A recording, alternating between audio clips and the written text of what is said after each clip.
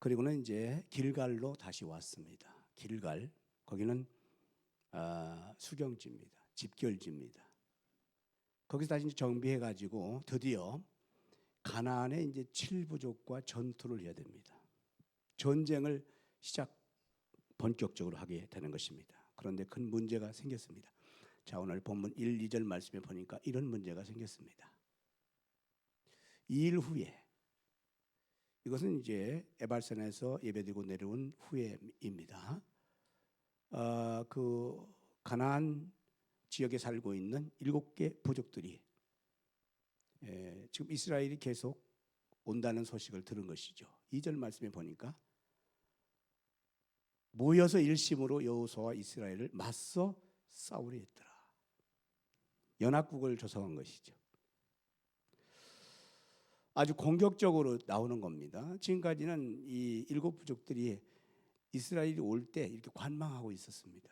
아시는 것처럼 요단을 갈랐죠. 여리고성 무너뜨렸죠. 아이성에서 참패했지만 또 아이성 완전 진멸했죠. 그리고 정말 겁도 없이 32km 떨어진 에발산 그 꼭대기에 올라가서 이상한 일을 하는 거예요. 그것을 그들이 볼 때는 예배를 하나님께 드리는 겁니다. 참 신기하다. 이렇게 생각을 하면서 7부족이 우리 가만히 있으면 안 되겠다 해서 이제 연합을 한 겁니다. 그리고 오히려 공격적으로 전쟁 준비를 하고 있는 것입니다. 그러니 여호수아와 이스라엘은 당황할 수밖에 없잖아요. 두 가지 이유 때문입니다. 하나는 굉장한 군사를 가지고 있는 7부족이 뭉쳤다는 것이죠. 연합에 얼마나 당황스러워집니까? 이게 한 부족 한 부족 쳐서 나가야 되는데 이들이 연합한 거기 때문에 당황스럽죠. 두 번째 이유는 아니 에발산에서 하나님께 예배드리고 영적 충전받고 왔는데 일이 잘 풀릴 줄 알았죠. 전쟁에서 앞으로 오히려 더 승승장구 승기를 잡을 줄 알았는데 그게 아니잖아요. 하나님을 향한 의구심을 가질 수 있는 당혹감이 있어요. 불신을 가질 수 있어요. 때로는 낙심, 절망도 할 수 있는 상황이 된 것입니다. 그런데 이런 긴장감 속에 아주 좋은 뜻밖의 소식이 일어납니다. 그건 다름 아니라 기브온 족속이 항복해 오는 거예요. 물론 기브온 족속이 기브온 족속이다 얘기하지 않죠. 위장을 해서 철저히 속여서 오는 겁니다. 기브온 족속은 7부족 중에 히위족이라고 있어요. 이 히위족의 한 족속입니다. 이들은 함의 자손들이었고 예루살렘 북방에서 살고 있었습니다. 그런데 이 기브온 족속이 철저하게 위장한 겁니다. 그리고 투항한 거예요. 자, 4, 5절 말씀에 보니까 먼 지방에서 온 것처럼 위장한 겁니다. 전대와 그다음에 그 포도 가죽 부대와 신발, 옷 등을 완전히 낡은 옷으로 위장한 거예요. 그러니까 아주 멀리서 왔다 우리가. 여기 가나안 족속이 아니다 이렇게 속이는 겁니다. 그럼에도 불구하고 궁금하잖아요. 이들이 왜 이렇게 오는가? 정체가 과연 무엇일까? 결국은 여호수아가 묻지만은 다 속아 넘어가요. 그리고 좀 지체치 않고 그만 화친조약 맺습니다. 그래서 오늘 사실 주제가 이제 분별력이지만 기브온의 화친조약이죠.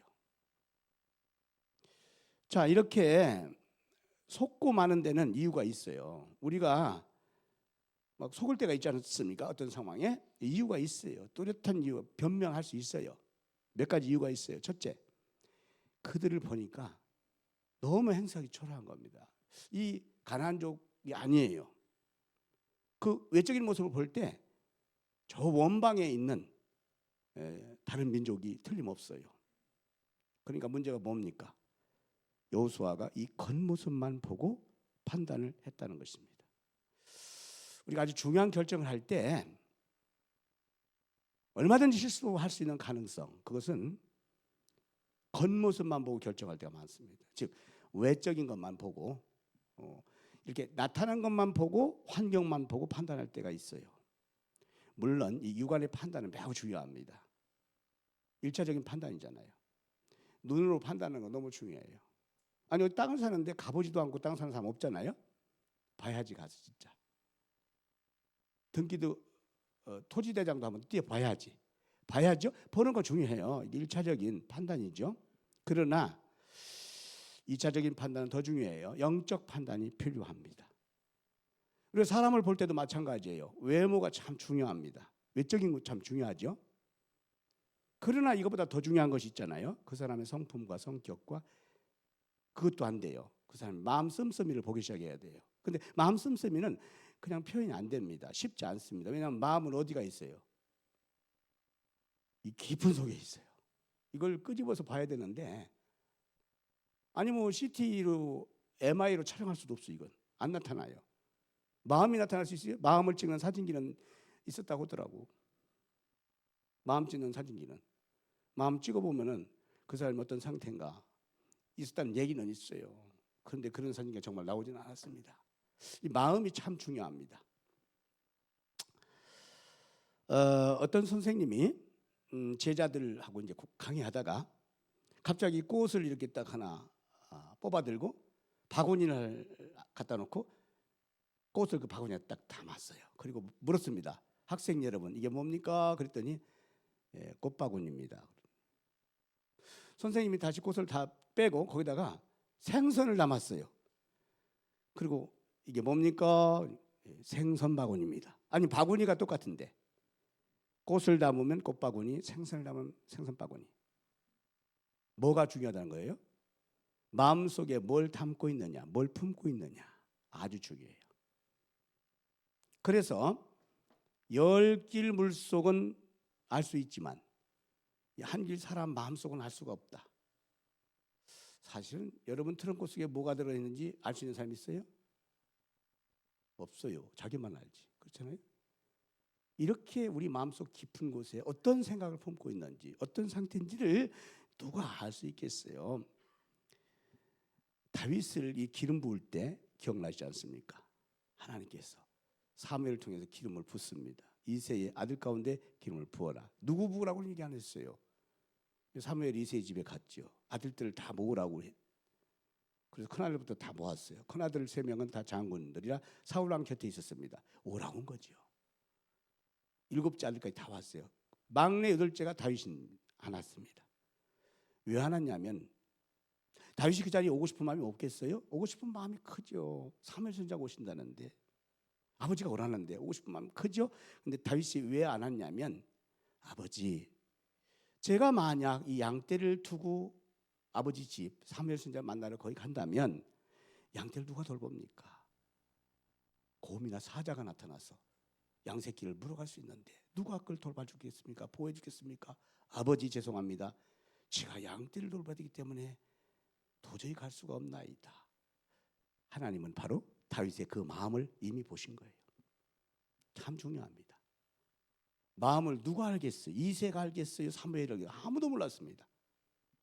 드디어 왕을 예선하기 위해서 기름 붓기 위해서 사무엘이 큰아들부터 엘리압부터 봅니다. 왕감입니다. 근데 하나님께서 아니라고 그럽니다. 그 다음 둘째 아들 아비나답 봅니다. 역시 왕감이에요. 아니라고 그럽니다. 세 번째 삼마 3사람이 다 장군입니다. 사울왕의 측근들이에요. 아니라고 그럽니다. 넷째, 다섯째, 여섯째, 일곱째 다 아니라고 그럽니다. 사무엘이 깜짝 놀라는 거 아닙니까? 분명히 하나님께서는 이 집안의 아들을 왕으로 예선 이미 택한 거예요. 그래서 이제 이새에게 묻잖아요. 아니 여보시오 아들 또 있습니까? 이렇게 묻습니다. 있긴 있죠. 어디 있습니까? 저 베들레헴에서 양을 지키고 있습니다. 막내입니다. 그러냐고 빨리 데리고 오라고. 그래서 할 수 없이 다윗이 딱 나타나는데 주님이 이렇게 말씀합니다. 사무엘에게 사람은 외모를 보거니와 즉 사람은 외모와 신장을 보거니와 나 여호와는 중심을 보느니라. 마음을 보느니라.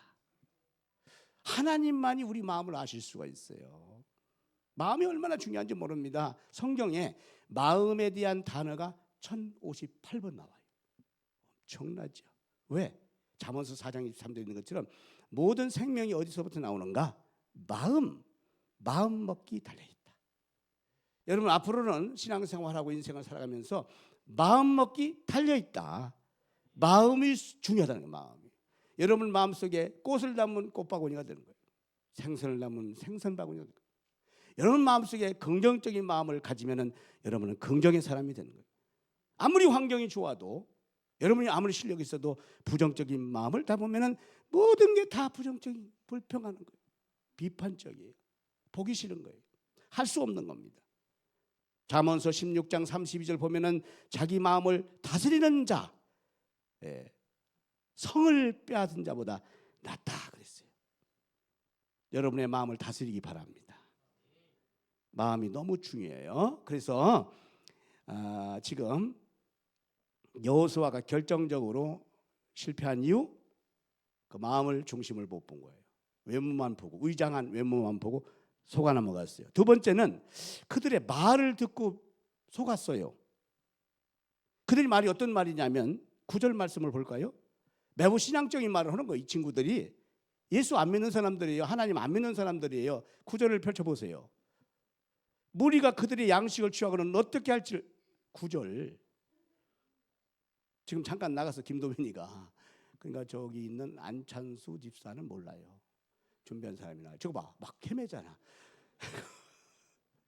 9절 나도 몰라요. 9절 보겠습니다. 아까 읽었으니 옆에 있으니까 9절 보니까 이렇게 돼 있어요. 그들이 여호수아에게 대답하되 종들은 당신의 하나님 여호와의 이름으로. 이 사람들은 하나님 믿는 사람들이 아니에요. 난 크리스찬들이에요. 이방 민족인데 하나님의 이름을 막 얘기하는 거예요. 하나님 여호와의 이름으로. 이 말에 여호수아 귀가 번쩍 떴어요. 우리와 같은가 보다. 여러분, 오늘날 우리는 종교 다원주의, 종교 혼합주의, 더 나아가서는 이단 사이비가 아주 급증하고 있잖아요. 이단 사이비, 끝이 다르다는 거예요. 기독교와 비슷해요. 비슷해. 성경 써요. 찬송가 불러요. 다 비슷해. 기도합니다. 전도합니다. 교회당도 있어요. 예배도 드리는 것 같아요. 그런데 끝은 틀려요. 짝퉁이라는 거 아시잖아요. 짝퉁. 짝퉁이에요. 가짜입니다. 가짜. 가짜가 얼마나 많은지 몰라요. 하나님 가짜가 많습니다. 복음의 가짜가 많습니다. 진리의 가짜가 많습니다. 가짜가 많아요. 짝퉁이 아닌지 긴지 아시죠? 명품백 산 분들 아시죠? 비 오는 날 보면 안다고 하더라고. 비 오는 날 보면 짝퉁을 가진 사람은 그게 우산이래. 이렇게. 근데 진짜는 여기다 넣고 다닌다고. 비 자기 맞고. 진짜 명품이라 여기다 넣는데요. 앉을 때 보면 안 돼요. 그게 명품인지 가짜인지. 짝퉁은요, 닦아서 앉을 때 탁 던진대. 진짜는 자기 여기다 고스란히 던데 이렇게 여기다가 무릎팍에다가. 여러분, 가짜가 많습니다. 이단 사이비가 많아요. 종교 혼합, 다원주의가 큽니다. 뭐라고 얘기하는 줄 아세요?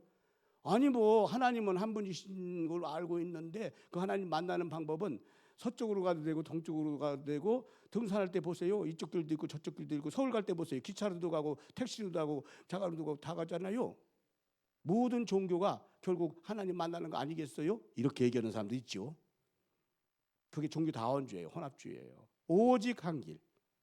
할렐루야.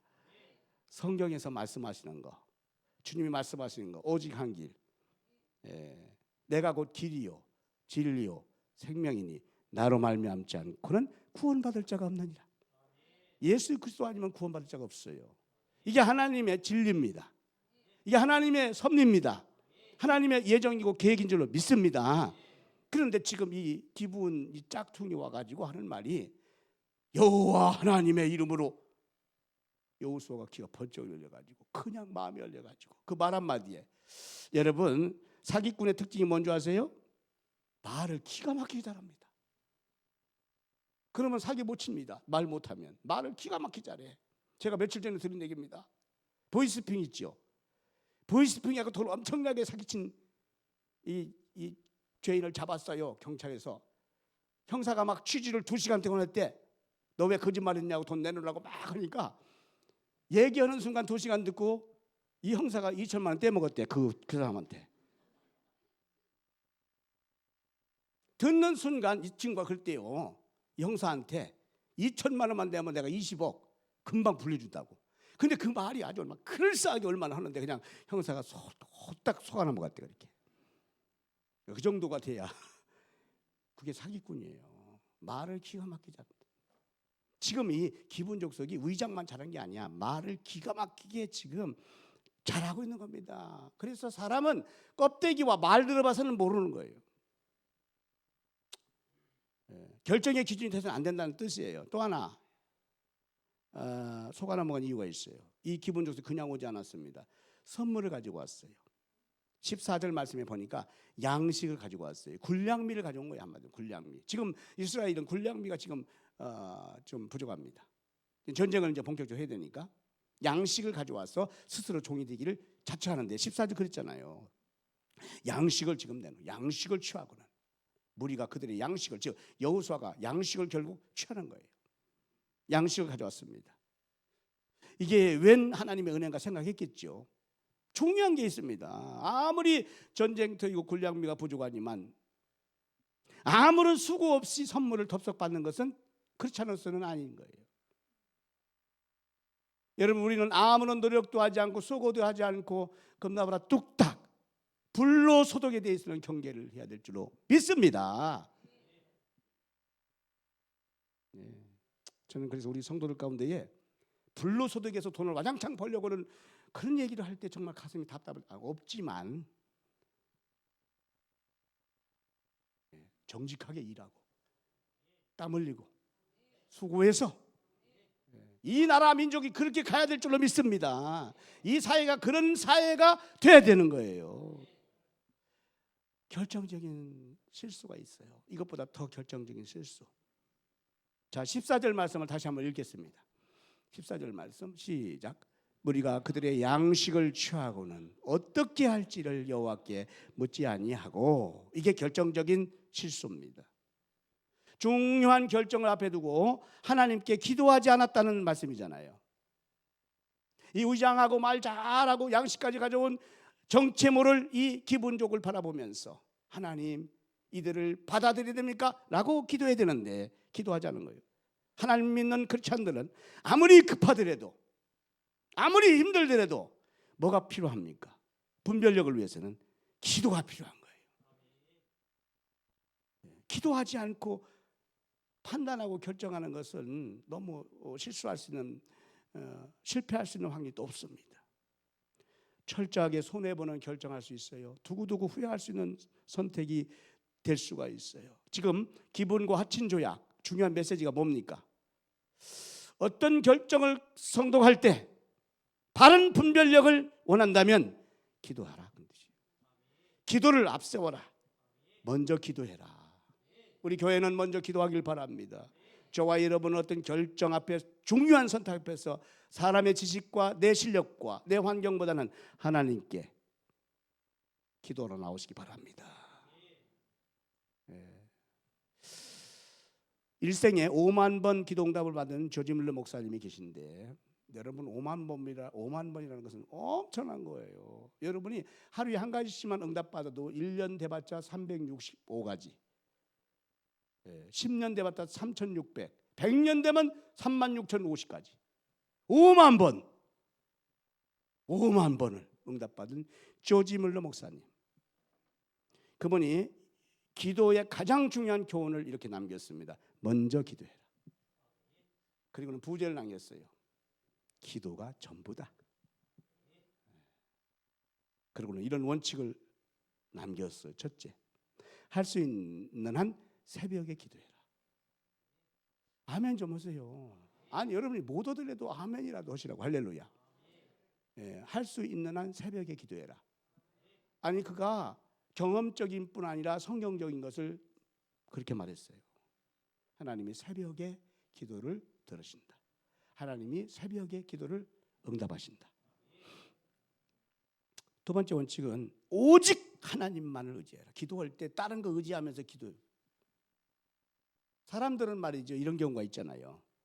여기 힘 있는 사람도 쫓아가고 저기 힘 있는 사람 쫓아가고 이거 하잖아요. 예수 믿는 사람들은 힘 있는 하나님 앞에 나와서 청혼할 때 하나님만 의지해라. 세 번째는 믿음으로 기도하고 조금도 의심하지 말라. 네 번째는 자신의 뜻을 위하여 기도하지 말고 하나님의 뜻을 찾아라. 5번째, 응답이 올 때까지 기도해라. 여러분 조진물 목사님이 그렇게 5만 가지 기도 응답 받았지만은 돌아가신 다음에 응답된 것도 있잖아요. 다 응답되는 게 아니었어요. 돌아가신 다음에 자기 친한 친구 3명 놓고 전도했는데 한 명은 생전에 예수 믿고 한 명은 장례식장 와서 예수 믿고 조진물 목사님 91살에 돌아가셨는데 그때 예수 믿고 그다음에 한 사람은 장례식 다 끝난 다음에 조진물 목사가 죽었대. 그래? 그때서 예수 믿고. 응답이 올 때까지, 그러니까 죽기까지 조진물 목사님은 기도했다 그런 뜻이에요. 그리고 6번째, 기도하면서 주의 음성을 기울이라는 거예요. 기도 막 하고 기도 끝 하고 일어서는 게 아니라 주의 음성을 기다려라. 주님도 말씀하시기 때문에, 우리의 기도를 들으시고 주님도 우리에게 말씀하시기 때문에 어떻게 말씀하세요? 성경에 약속된 말씀을 통해서 말씀하세요. 자, 그러면 여러분 모두가 기도의 사람이 되기를 바랍니다. 자, 그러면 기도의 사람을 소개할게요. 여호수아는 기도하지 않아 실패했습니다. 자, 성경에서는 실패한 걸 적나라하게 말씀하죠. 왜 표현할까? 이렇게 기록할까? 이럴 때 실패한다 이걸 말씀하는 거잖아요. 그러니 너희는 실패하지 말라 이런 뜻이잖아요. 성경에는 성공한, 기도를 통해 성공한 말씀 기록하잖아요. 그 중에 한 사람 다윗 소개해 드릴게요. 사무엘하 2장 1절 말씀을 보겠습니다. 그 후에 다윗이 여호와께 여짜와 이르되 내가 유다 한 성읍으로 올라가리까. 지금 다윗이 기도하는 거예요. 여호와께서 이르시되 올라가라. 다윗이 아뢰되 또 기도하는 거예요. 어디로 가리까? 이르시되 헤브론으로 갈지니라. 지금 다윗이 기도하고 있는 이때의 배경이 어떤 배경이냐면 다윗이 정적이 누구냐? 다윗의 원수가 누구냐? 자기 장인이었어요. 사울왕이 다윗을 죽이려고 계속 추격했어요. 다윗이 20년 가까이 도망칩니다. 정말 막다른 지경, 죽을 지경까지 있었어요. 그런데도 다윗이 늘 하나님 의지하고 믿음으로 견디고 약속 붙잡고 기도하고 계속 그렇게 했어요. 그런데 어느 날 소식이 왔습니다. 사울왕이 블레셋 전투, 그것도 길보아 전투에서 그만 패배를 합니다. 자존심 센 사울이 자결하고 맙니다. 사울이 죽었어요. 이 소식을 다윗이 듣게 됩니다. 얼마나 기쁘겠어요. 원수가 죽었으니. 다윗은 기뻐하지 않습니다. 아니, 꿈에 그리는 드디어 그 사울을 통해서 그 왕이 되는 그 약속이 드디어 성취되는 순간이에요. 왕의 대관식에 곧 유다에서 갖는 그런 상상을 할 수 있는 너무나 기쁜 순간이 온 겁니다. 그런데 이때 다윗의 결정을 지금 말씀하는 거예요. 모든 일이 다 잘 돼가는 상황에 다윗은 서두르지 않습니다. 다윗은 오히려 영광스러운 이 즉위식, 그 즉위식을 향해서 가기보다는 원수가 사라진 상태, 자기 앞길을 막을 사람이 없는 왕으로서 추대받는 자리에 가기보다는 다윗은 하나님을 찾은 줄로 믿습니다. 하나님을 찾았어요. 여호와께 여쭈어 아뢰되. 다윗이 기도를 먼저 하나님께 한 거예요. 이렇게 기도해요. 하나님, 유다로 갈까요? 그 말은 대관식에 갈까요? 그 얘기예요. 왕 자리로 갈까요? 이렇게 부른 거예요. 그러니까 하나님께서 때가 된 거죠. 그 자리를 가거라. 그러면 하나님 어디로 갈까요? 이게 참 의미심장한 기도예요. 어디로 갈까요? 다윗이 똑똑한 사람입니다. 어디 갈까 다 합니다. 어디로 가야 됩니까? 왕도로 가는 것이지. 왜? 왕의 대관식을 가려면 왕도로 가는 것이죠. 아니, 청와대로 가는 거예요. 대통령실로 가는 거예요. 그건 누가 몰라? 다 알죠. 그런데도 불구하고 다윗이 하나님, 그러면 제가 어디로 가나이까? 몰라서 물은 게 아니에요. 여러분, 기도라는 것은 우리가 몰라서 주님 앞에 하는 게 아니잖아요. 다 알아. 어떤 사람은 하나님보다 더 똑똑한 사람도 있어요. 뭘 가르치는 거예요? 아무리 똑똑해도 물으라 이거야. 속담도 있잖아요. 아는 길도 어떻게 하라고요? 아니, 뭐 돌다리도 두드려 보고 가라고 그런 얘기가 있어요. 하물며 여러분 잘 알지만, 사업 잘하지만, 건강하지만, 자녀 교육 잘하지만, 아멘 좀 해요. 할렐루야. 그래도 하나님께 기도해라 이거요. 자녀를 위해서 기도해라. 사업을 위해서 기도해라. 건강을 위해서도 기도해라. 알지만 그랬더니 하나님께서 헤브론으로 가라. 모르는 게 아니에요. 헤브론으로 가야 거기서 대관식 하는 거예요. 그게 왕도예요. 거기가 임금님이 계시는 곳이에요. 무슨 뜻이에요? 자신의 힘이나 지혜로 하지 않고 주님께서 모든 것을 인도에 가심을 기다리는 이 믿음을 가지고 기도하는 다윗의 모습을 보여주는 겁니다. 여러분, 이런 기도가 있기를 바랍니다.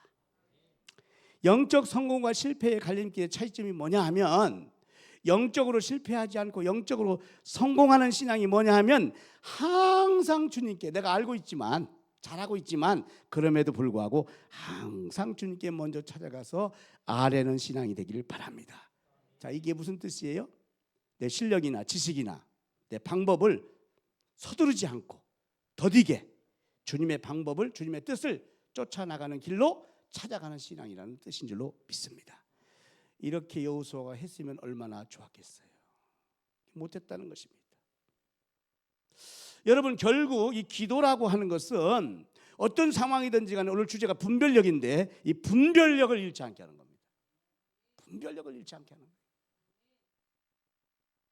거예요. 그래서 분별력의 능력, 분별력의 지혜, 담대함을 가져다 주는 것이 기도라는 겁니다. 이를테면 금유환영하는 야곱이 에서를 만나잖아요. 에서를 만나는 간절함이 야곱 속에 있어요. 왜? 너무너무 자기 형하고 불화를 했거든요.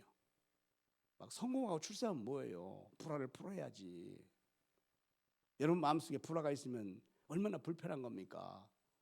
여러분 속에 있는 불화가 하나님과 관계 속에, 사랑과 관계 속에 있으면 풀어요. 할렐루야. 풀어. 그거 자꾸 쌓고 있습니까? 내가 먼저 생각해보니까 내가 잘못했네, 날 용서해 줘, 말 한마디 하면 될 것인데 저쪽에서 먼저 용서해달라고 하기까지 기다리는 거야. 30년. 야곱과 에사이는 20년을 그렇게 살았어요. 마음이 너무 아파. 드디어 야곱이 금유환양 딱 꾸는데 겁이 나요. 왜 겁이 나냐? 선발대를 보냈는데 에서가 그 말을 듣고, 자기를 만나러는 야곱이 온다는 얘기를 듣고 그만 400명의 사병을 이끌고 칼을 차고 오는 거야. 이건 맞이하러 오는 게 아니에요. 야곱을 죽이려고. 야곱이 그 얘기를 들었어요. 얼마나 두렵겠어. 그래서 어떻게 하냐면 야곱이 그때까지 자기 깨가 있어요. 아니, 이 야복강의 기도는 말이죠, 모든 인생을 향한 하나님 메시지인데, 야복강을 건너면 이제 형이 저기서 칼을 차고 기다리는 거야. 지금 야곱이 너무 와봐라 이놈 자식, 원수가 그냥 제 발로 오네, 잘 됐다 이러고 있는데 야곱이 이런 꾀를 냅니다. 자기가 지금 목숨처럼 얻었던 그 재물 있잖아요, 가축대 막 모든 거 재산, 이걸 맨 앞에 세워 이렇게. 그 다음에 자기 노비들 있잖아요, 자기 일한 일꾼들 앞에 세워. 그 다음에 자기 식구들 있잖아요, 자기 가족들, 자기 아내가 몇 명 있어요. 아내, 애들이 많아. 한따스나 낳았으니까 야곱이 12명의 아들을 막 아들, 딸 하나죠. 다 이렇게 세워. 그리고 이걸 다 보내. 그냥 에서한테, 칼을 차고 있는 에서한테 보내. 이게 사실은 선물이었어요. 나중에 나오잖아요. 다 보냅니다. 아깝지 않아. 다 보내. 무엇보다 아깝지 않아? 자기 목숨보다 아깝지 않은 거예요. 여러분, 인생은 단독자라는 걸 꼭 기억해야 됩니다. 누구를 막론하고 다 단독자예요. 재물 앞에 단독자, 사람 앞에 단독자. 여러분의 아주 급박한 상황에 그 누구도 따라갈 수가 없어요. 돈도 못 따라가요. 소유도 못 따라가. 혼자 가야 되는 거예요. 혼자. 그걸 말씀하는 거예요. 야복강의 야곱의 이 말씀은, 야곱이 다 보내놓고 거기서 밤을 새워서 막 기도하잖아요. 하나님 좀 도와달라고, 죽게 했으니 도와달라고. 그때 하나님 보낸 천사가 나타납니다. 환도뼈를 막 치잖아요. 그리고 이름이 뭐냐고 물으니까 야곱입니다. 이름을 바꿔라. 이스라엘로 바꿔라. 내가 너를 이제 인정하겠다는 거야. 내가 너와 함께 하겠다.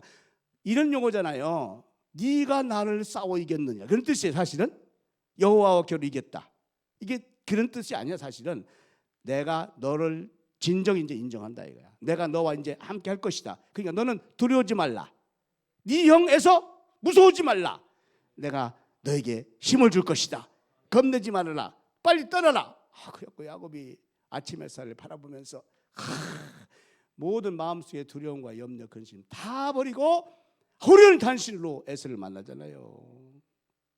여기서 이런 지혜가 나와, 이런 담대함이 나와요. 자, 창세기 33장 10절 보세요.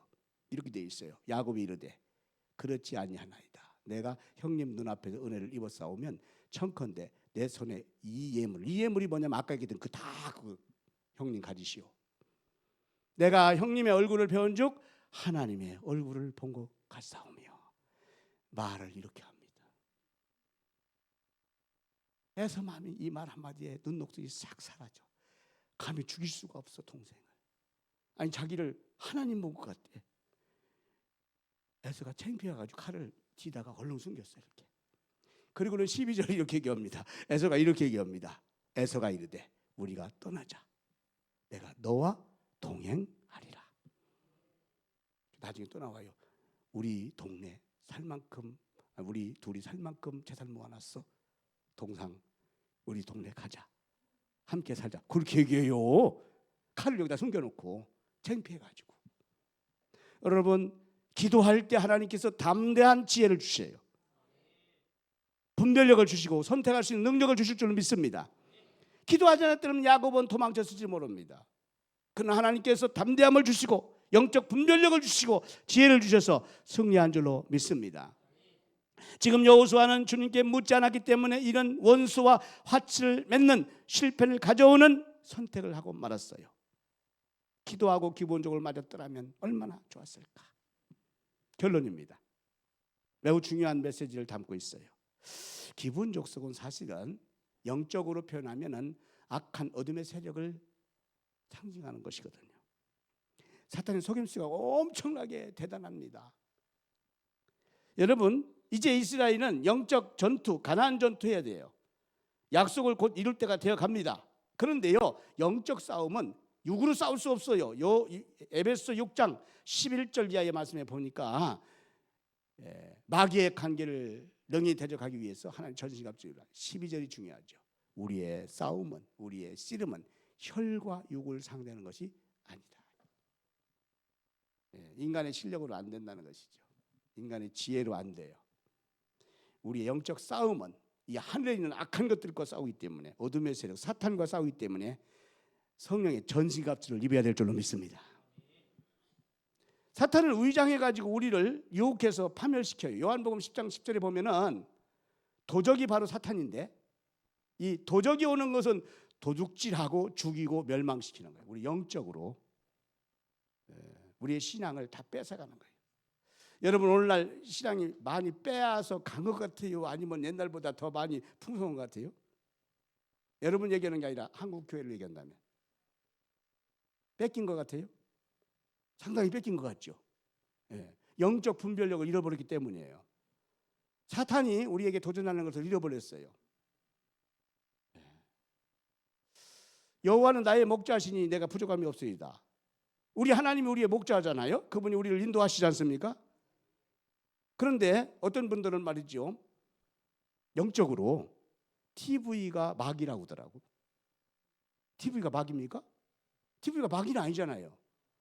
근데 TV가 마귀는 아니지만은 마귀가 위장할 수는 있어요. 이렇게 TV는 나의 목자시니 내 눈을 날마다 즐겁게 하시는도다. 날마다 나를 안방으로 끌어들이는도다. 여러분 성령보다 텔레비가 더 좋아요. 기도보다 더 좋아요. 예배보다 더 좋아요. 교회보다 더 그래요, 안 그래요? TV가 마귀는 아니에요. 마귀가 위장 전술을 쓸 수도 있어요. 여러분 여행이 얼마나 좋은 겁니까? 여행이. 아멘 좀 해요. 아니 여행이 얼마나 좋아. 지금 봄, 여름, 가을, 겨울 철철마다 우리 대한민국 땅 얼마나 여행할 곳이 많고 세계로 눈을 돌려보세요. 가까이 있는 일본서부터 중국서부터 아멘도 없네. 안 가본 것처럼 막 그냥 필리핀으로 막 홍콩으로 대만으로 막 캄보디아로 베트남으로 라오스로 미얀 엄청나게 많아 진짜. 그래서 여행이 얼마나 좋아요. 여행이 좋은 건데 여러분, 여행이 마귀가 아니잖아요. 그런데 마귀가 여행을 우장시킬 수가 있거든. 그래서 늘 무슨 생각만 해? 눈만 뜨면은, 아니 눈만 감으면은 여행이 생각나. 교회할 생각이 아니에요. 기도할 생각이 아니야. 에? 찬송할 생각이 아니야. 전도할 생각이 아니야. 저 대출 한 100만 원인데 그런 거 팔릴 생각 아니야. 여행할 생각만 하는 거야 늘. 예배 드리는데도 지금 여행 생각만 하고 있는 거야. 어디 갈까? 이번에는 필리핀 갈까? 제주도 갈까? 울릉도 갈까? 우리 교회는 그렇지 않지만 지금 제가 그냥 웃자고 하는 얘기만 아니에요. 제가 들은 얘기예요. 저 다른 교인들 가운데 어떤 목사님이 한심스러워가지고 한 얘기예요. 늘 그 고민만 한다는 거야. 생각이. 기도하자, 그 자리는 안 나온대. 전도하자, 안 나와. 예배드리자, 안 나와. 그리고 보니까는 아까 얘기했죠. 텔레비는 날마다 봐. 여행은 철철히 다녀. 우리 교회 빼놓고. 여러분, 마귀가 의장전술을 반드시 쓰고 있다는 것을 기억하기 바랍니다. 속임 작전을 하고 있다는 거예요. 우리 영적인 것을 도둑질하는 겁니다. 공중모세를 잡는 악한 사탄을 우리가 혈과 육으로, 우리 실력과 지식으로, 환경으로 이길 수가 없다는 것을 말씀하는 거예요. 오직 성령의 검, 하나님 말씀을 붙잡기를 바랍니다. 구원의 투구를 쓰고 의의 흉비를 붙이세요. 진리의 띠로 무장하고 복음의 신발을 신으시기 바랍니다. 성령의 불화살, 특별히 성령의 불화살이 필요해요. 마귀의 화전을 소멸시킬 수 있는 성령의 불화살이 뭐냐? 늘 깨어 기도하는 거예요. 여러분, 기도하길 바랍니다. 기도하는 시간을 늘리기 바랍니다. 기도의 지경을 넓히기 바랍니다. 내일부터 특세입니다. 할렐루야. 저는 새벽기도 꼭 나오라고 말씀 안 드려요. 어떤 분은 죽었다 깨나도 새벽에 못 일어나는 분이 있어요. 그러니까 걱정하지 마세요. 그냥 집에서라도 할렐루야. 그런데 깨어나올 수 있는데 집에서만 안 됩니다. 깨어나올 수 있는데 노력하시기 바랍니다. 지금 아주 기도하기 딱 좋을 때입니다. 이때 기도하지 않으면 언제 기도합니까? 기도도 저축하고 똑같아요. 아시기 바랍니다. 기도도 저축하고 똑같아요. 따라하겠습니다. 기도도 저축이다. 중요할 때 그 빼먹는 거예요. 이렇게. 기도 얼마나 중요한지 몰라요. 왜? 기도는 헛된 것이 아니니까. 기도는 하나님께서 상달되니까. 주님이 기억하시니까. 믿으시기 바랍니다. 기도가 영적인 강력한 무기예요. 사탄을 소멸할 수 있는 무기예요. 중요한 결정, 선택에서 여러분 실수하지 않는 하나님 주신 특권이에요. 저와 여러분이 이번 특세를 통해서도 한 주간의 기도를 통해서도 하나님의 큰 은혜와 응답과 기적을 축복을 체험하기를 주님의 이름으로 축원합니다. 기도하겠습니다. 아버지 하나님 감사합니다. 오늘 또 하나님께서는 저희들을 특별히 사랑하셔서 세상에 있지 않고 주님 전에 있고 또 주님 말씀을 귀 기울여 마음을 열어 듣게 하심을 감사합니다. 하나님 아버지, 오늘 여호수아가 기브온 화칠 앞에서 실패한 것처럼, 기도로 실패한 것처럼 우리가 그 전철을 밟지 않게 하여 주시옵소서. 우리는 어떤 일들에도 기도하고 결정하게 도와주시옵소서. 먼저 기도하게 도와주시옵소서. 먼저 주님 찾게 하여 주시옵소서. 지금 어려운 입장에 있는 성도가 있습니까? 지금 문제를 맞이한 성도가 있습니까? 지금 힘든 환경을 가지고 있는 성도가 있습니까? 먼저 기도하게 도와주시옵소서. 모든 일이 잘 되고 있는 성도가 있습니까? 먼저 기도하게 하여 주시옵소서. 주님이 우리 길을 인도하실 줄 믿습니다. 우리 모두가, 우리 교회가 기도로 승리하는 교회가 되게 하여 주시옵소서. 살아계신 예수 그리스도 이름으로 기도하옵나이다. 아멘. 다 함께 일어나서